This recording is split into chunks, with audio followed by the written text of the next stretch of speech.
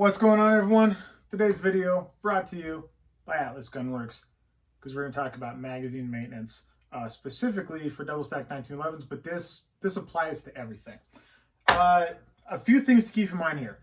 Thing number one, dry fire wrecks mags. So the way that magazines really get destroyed is when the magazine hits the ground, especially if it's vertical. That's actually kind of the worst for it, because the bullets will go down and then they'll spring back up into place, and that will start opening up your spring lips.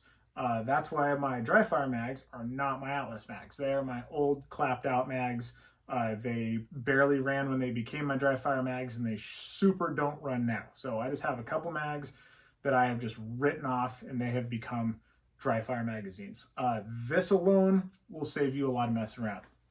Now, the rest of it, any magazine that I have that hits the ground is going to get cleaned before I use it again in a match. If I'm training and something hits the ground, I'll use it, that's fine. But in a match, if it hits the ground, that thing is now dead to me until it gets cleaned.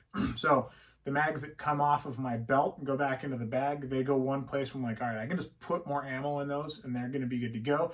Anything that hits the ground goes somewhere else, doesn't get touched until we clean it, which is what we're going to talk about right now. The other thing I want to talk about here is numbering mags. So all of my magazines have a number on the bottom there. And the reason that I do this is because it allows me to identify the magazine. So if I have a problem with the mag, I just be like, oh, mag 2. Mag 2 is now dead to me until I figure out what that problem is. I'll mark it, I'll wrap a rubber band around it, or I'll make a little note in my phone or something like that to let me know which mag not to trust. But once a mag does anything I don't like, I'm not going to trust it in a match again until it's seen several practice sessions without a hiccup after I fix the problem. Now, the Atlas mags have a base pad with a little, keeper pin thing there. You can just push it out with another magazine or edge of a table or whatever.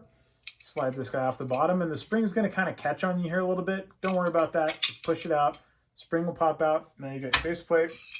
Follower comes out along with the spring. Now you got your tube. I'm just going to take a mag brush. This guy, they're like $12 at any shooting store that has anything worth their salt. And I'm just going to run it in and out of this tube 3 or 4 times. That usually gets the job done. Then I'm going to take either a rag, or if I'm in a match, to be honest, it'll be my pants. And I'm just going to wipe the outside of this thing. And then make sure I get anything up around the feed lips, especially because you don't want any dirt to get into your gun. I'm going to wipe off my follower and just take a quick glance at the spring. Usually the bottom here is fine. Sometimes the back of the base plate's dusty. That really doesn't matter. It's far enough away, but I'll usually just kind of give it one of those.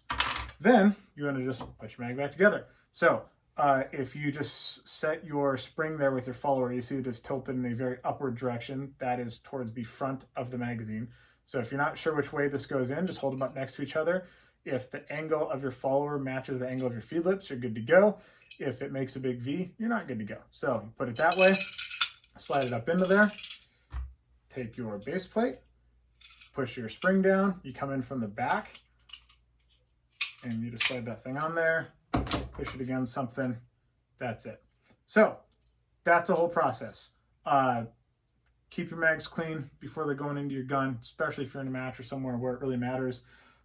Brush is super handy to have. You don't need a rag, you got pants. And I know, mags are super expensive. It kind of sucks to just write a couple of them off as dry fire mags. So what I recommend is, as you buy mags, once you have that mag that's just not being nice anymore and you just can't get it good, just make it your dry fire mag, buy a new mag, replace it. I'm telling you, it's worth your time. If you don't have dedicated dry fire mags, I recommend taking one of your mags and just having that be the dry fire mag. And that one is the last mag that you'll go to. If you have that big monster pistol stage where you go to your 6th mag, that's your 6th mag. Basically make it your dry fire mag, your practice mag, whatever. You don't want to spread all that wear and tear out over all your mags, because then all your mags fall off at exactly the same time. How much does this suck? A lot. How do I know? Because I've done it. Don't do what I did. Just have one of your mags be your dry fire mag. And keep your mags clean. See you guys.